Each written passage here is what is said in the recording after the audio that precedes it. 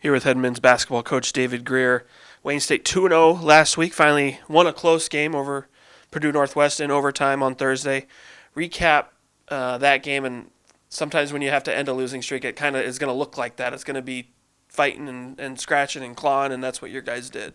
Well, we've done that all year. Yeah. We've been in close games, and we finally had one go our way. And, Purdue Northwest pretty much dominated us on the boards and had pretty much control of the game. And Green Murray and Braylon Neely made some big-time defensive plays there late in the game and got us some easy baskets. And we were fortunate to get back in the game. And then on Saturday, win over Parkside by double digits. Talk about it was kind of the first time in a while that you guys kind of controlled from start to finish, at least the tempo and kind of the way you guys want to play. That had to feel good as a coach to see your guys execute that way. It really was. It was probably the first time, all year that, we had quite a few guys play well at the same time. Nate Talbot was outstanding, had a double-double. James Gordon had a double-double, and, Braylon Neely was doing what he always does. So I thought those guys gave some big efforts, and I thought our defense was pretty good, too, and we did a much better job on the boards on Saturday. Braylon Neely, 28 points and 21 points and a bunch of assists and some solid defense.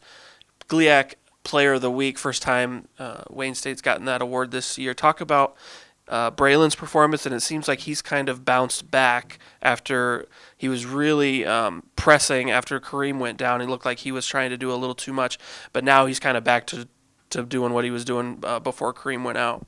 Really, Braylon has been outstanding all year. His shortcomings have came when he just plays way too many minutes. He struggles down the stretch a little bit. He's averaged almost 40 minutes a game this year, but he's been outstanding. He leads the league in assists, and he's one of the top scorers, and he's pretty good on the defensive end when he's fresh. Chance to spoil a few seasons here down the stretch as you guys have 3 games left. Both Northwood and Saginaw are positioning themselves for playoff implications here as we get to the finish line. Do you take any pride in that? Do you enjoy doing that? Do you talk about that? I'd be surprised if you said yes, but that's something that the guys can play for.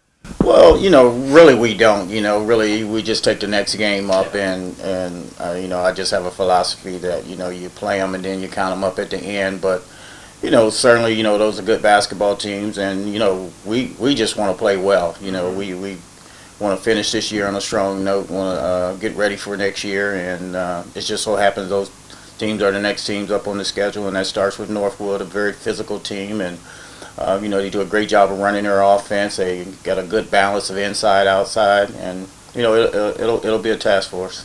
And then looking at Saginaw on Saturday, 2 of the better scorers in the league, especially when you look at Miles Ballou. Is there a way to slow him down at all? What's kind of the philosophy going into that Saturday game? Miles Ballou is a load. If you put a little guy on him, he posts him up, and you put a big guy on him, he'll put it on the deck and get to the basket. And Saginaw Valley is a very talented team. They got some explosive scores. Really, the key with them is trying to keep them out of transition and give them one shot, because they do have a multitude of scores that can hurt you in different ways.